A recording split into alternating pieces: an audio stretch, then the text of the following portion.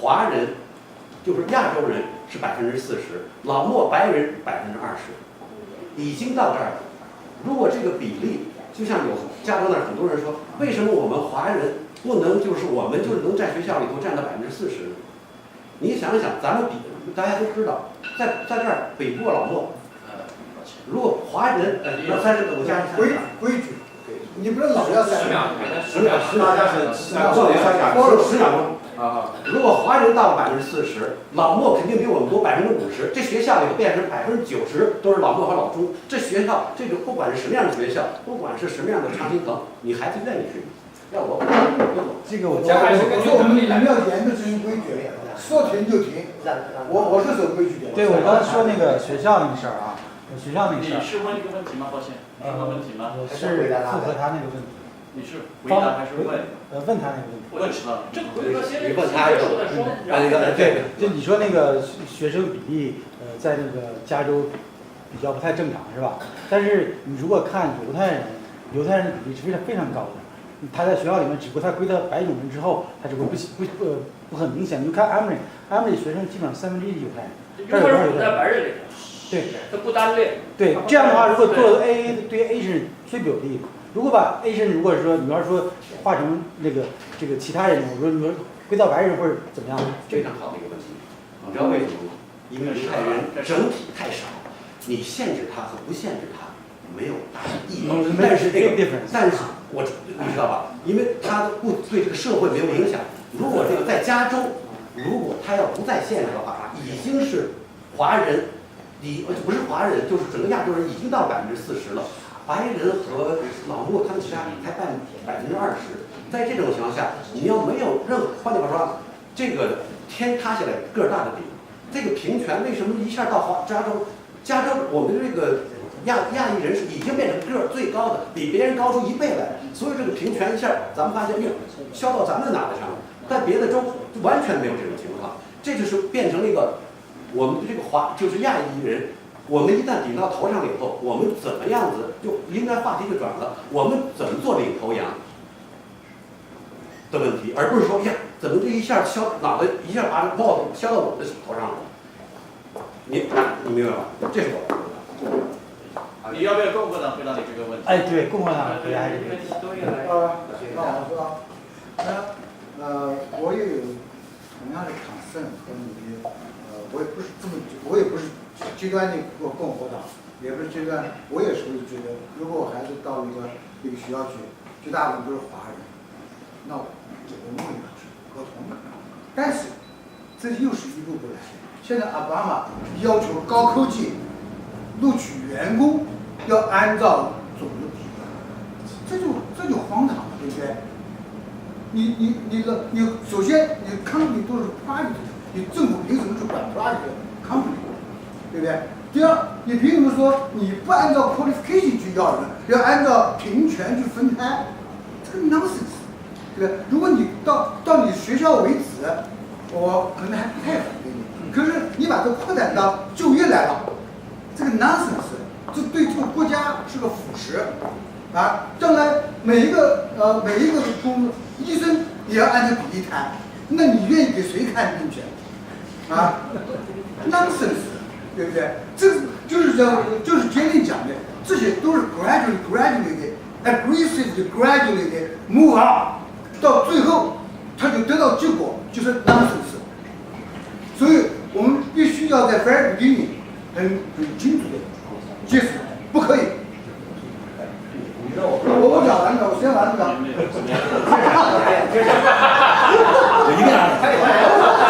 你把我思绪打断了。没有，我没有给他讲，我给他打断了。我是看你要坐下来。没有，这种是非常危险的。为什么呢？因为我们觉得无所谓，但是一步一步来，不是突然一下啪的回应，所以一点点来，哎，这无所谓，哎，再过几年，事情接上了。啊，接上 OK。那当然了，就和他的给 sex 啊，将来有一天，允许 sex 也成为合理的个人选择。老钱，你这个东西啊，你为什么呢？我觉得。我讲，你们问完了，我就问了，我讲完了，大家就不讲了。I'm sorry。那个民主党一次，共和党一次。基本上就可以了，除非他要求你怎么这个。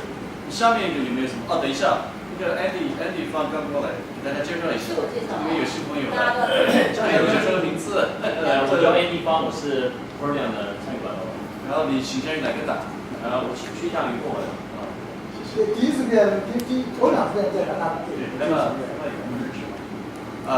然后下面一个问题是他的，你要讲清楚是吧？你把你的问题讲好之后，然后你要说我要谁回答，是共和党还是民主党还是谁？两个都要回答，这两个都要，还要讲贤虚先回答，不要讲先。我的问题是，共和党和民主党有什么更好的办法能够提高美国现在生产力和国力和竞争力，在和世界其他别的正在发展的国家相比？我要说两党一不同。谁先回答？无所谓，我可以回答这个。共和党先。好，1794年他们成立了那个 NAFTA， 特别是 North America 加拿大、墨西哥，开始观念都很好。可是呢，自从开始后，美国失去了70万的 job， 多少公司到那边去？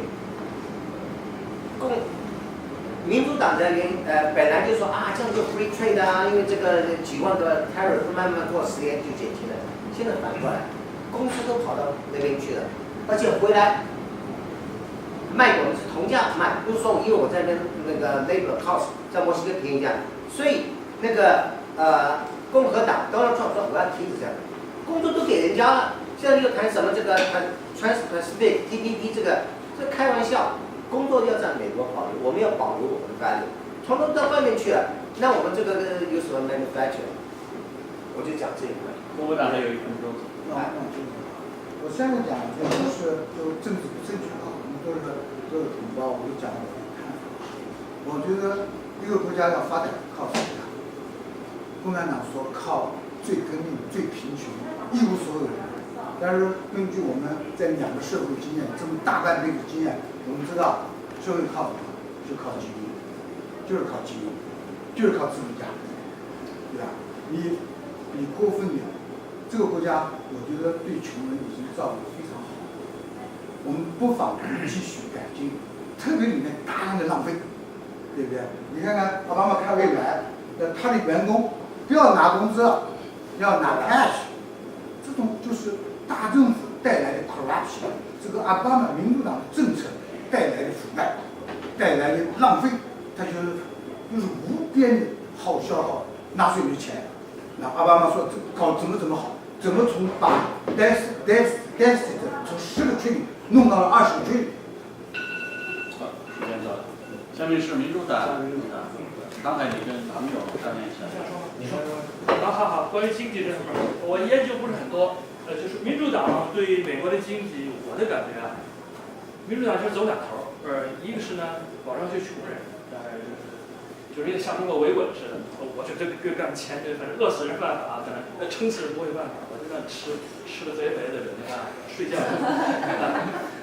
再一个就是走上头呢，我的感觉民主党很倾向于富人，很倾向于那个 Wall Street， 很倾向于大的跨国集团、高科技，我觉得这是民主党的很基本的国策。在税收上面呢，其实是对 Wall Street 这方面还是很照顾。像老先生他也说的对，就是靠资本家创造工作机会。其实民主党也懂这个道理，别以为民主党还砍富人的，民主党不一定的啊，他也倾向很多富人，这一点没错。关于民主党比较倾向移民，他有一个重大的原则就是，美国很大竞争力靠新移民来当然你可以说你怎么不好好想象美国人，比如那些懒人你怎么搞起来呢？民主党不是这个思路。他一说是懒人就那么着你不干，我让你吃让你睡让很多新移民过来干，这是民主党很大的思路。民主党比较强调还有什么东西呢？民主党外交政策上呢，我觉得非常绝，非常高明。他搞到中东，那个有人说共和党攻击说是 Hillary 创造了 ISIS， 我同意 ，Great move， Brilliant move， 这正是其高明之处。非常高明，他就是要把中东、叙利亚、什么利比亚搞乱。你看现在全世界欧洲完了，那个钱也都跑到美国来了，看着没有？这是非常明显。民主党我告诉你，就是大家留心一下，他的外交政策上非常高明，他比共和党高明不止一个量级，他非常高明。啊。接触两党共识。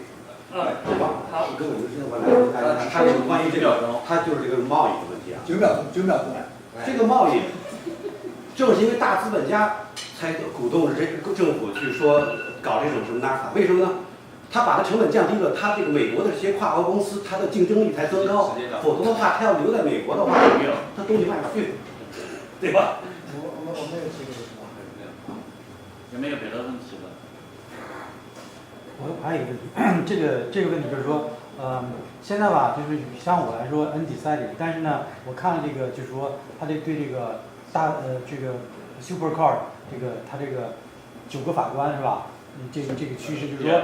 Supreme Court， 这个 Supreme Court， 它这个9个法官呢，如果是民主党当选之后，根据这个趋势呢，这个就是 balance 就会打破，对吧？对，从我们来讲说，为了美国这个三权分立这个稳定，那 best interest 来这个 stabilize 这个 structure， 那肯定是 vote for 那个 Trump， 因为这个他会让这个大法官这个 group 还是 stabilize。如果是交到民主党，就会可能会有一个 risk 啊。这个就是我跟你回答一句 ，Trump based on his track record, his life, he's all over the map. He's for the longest time has been a Democrat. Okay, he got into this election only because he rallied a very nasty base of the country. Because of the so-called Obama is not the so-called birth movement, because Obama is not even a citizen. So he basically waken up of those most ugly side of the people. So personally I don't trust him. He can do anything, and also he's going to tell you I'm not responsible because you guys elect me, right?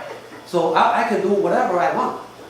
So power under control, okay, slow, steady progress. That's what we are here for. We are not, for me, I'm not looking for a Hitler or whatever, a so-called genius or something that can, 就像我们说的救世主一样。所以说呢，他那个不可能，对我来说，我根本就不相信。对，但是如果他还有40秒，我加一下。50秒，40秒，谢谢。他怎么有50秒？他一个对，你开始。那个你刚才讲的一个问题非常重要，这就是为什么我们这一次一定要去投票，就是总统的权利，很多人都认为是executive branch of 那个权利，实际上总统的权利最大的是在 appoint 这个Supreme Court 的 justice。这个是最大的一个，实际上很多，当然不是每个总统都有那么巧的机会。这一次在 existing 这个是有一点neutral， 接近 neutral， 但是这样换了一个过来，是不是一定就是 liberal 也不一定？你要看，比如是 Kennedy， 他不一定就是每次都是liberal 是这样的，他还经过国会的一个 confirm， 所以不是你想象的那么顺利的 whatever party。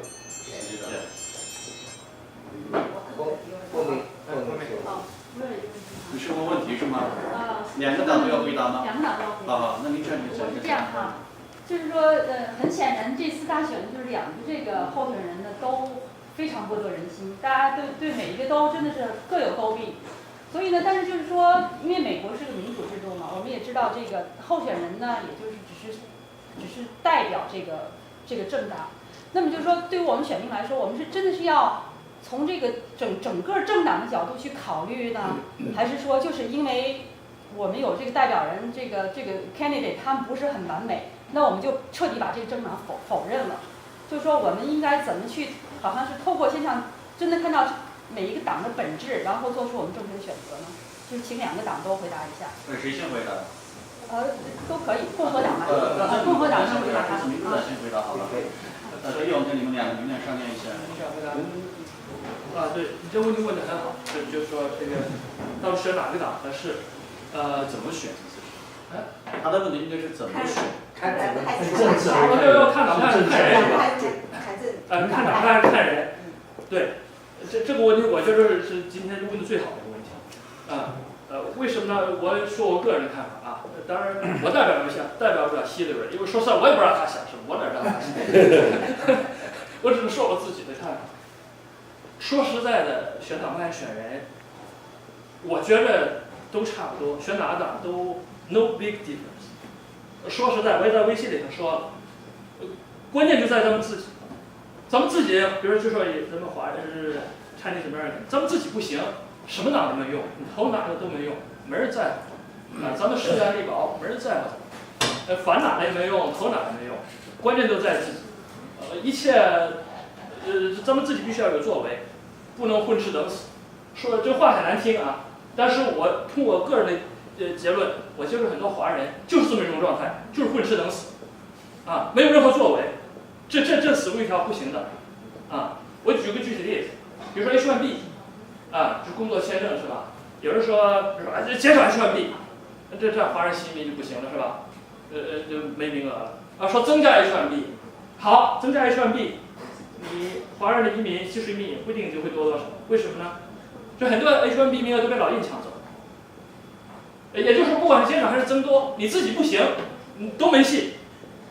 这是我无意就是哪个党好哪个党不好。说实在的，我还真没有特殊的为了诋毁谁、不诋毁谁。我在这强调意义就是说，咱们华人自己一定要行动起来，这个是最重要、最根本否则选谁都没用这也是今天我着意想提出的最重点的一个问题，就是必须要有作为我话说完了，再见。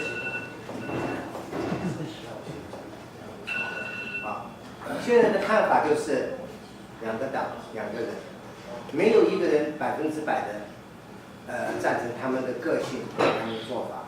可是你要想，这8年来，奥巴马跟 Hillary 做了哪些事成功的事，跟哪一个外交国防这个谈的是 agreement， 跟伊朗谈 agreement 有成功的，你往这边想。另外，当然 Trump 不是一个 politician， 可是他这几年来在事业上怎么做成功的？他是怎么样的勾选？他 create 多少 job，Hillary 他 create 多少job，你就要这样子考虑。不要看他这个他的10几年讲了多少事，什么 Hillary 小时候跟哪个小女孩打架的，这些都不管。现在他们为这个，我们现在住在美国，不是住在国外，对我们在美国有什么 benefit？我讲还是我们应该用历史的眼光，用全局的眼光，不能光看眼前。这个美国这两个这个制度就是 balance， 说共和党会激励这个人的创造性，那么多一些，那么民主党呢会考虑穷人照顾多一些，那么这个一直在 balance， 不仅在美国在 balance， 在全世界都在 balance。那我们来看看东欧走在我们前面，东欧实行的是基本上是社会主义制度。我当初我还没接触的时候，我当时就从参考消息上我就看到了，东欧这个欧洲西欧已经真正实现马克思主义社会主义思想了。但是这么半个世纪下来，你看看这个福利制度给这个欧洲带来了活力，还是带来了僵死？大家要从长远看，所以这事一定要 balance。民主党已经8年了，这个吃救济的人是越来越多。时间到了。我不怎么对。你这个问题是针对哪里？好，就是因为我们中国人，我们是站在自己中国人少数民族移民的角度来看，因为大部分像我们就是电视看 media， 它是根据美国整个国度他们来评论的，就说谁对这个国家的，但是对于我们人都是自私的。我们首先要解决一个问题，我们就是长期的在这里的根本问题，就是我们是住在这儿，而且包括我们的后代。不管我们现在，虽然我已经入籍已经10几年了，我出去了这个人是从哪里来？人家就是问我这个问题，是不是？所以说我们不可否认，人家还是永远是把你当作是外国人，人家就是问你这个问题。就像我女儿生在这里，你是一样，你是哪里来的？我女儿就是生在这里的，是不是？16岁了。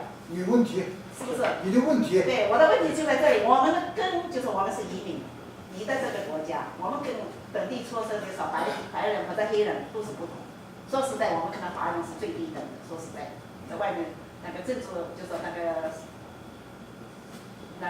就是地位啊。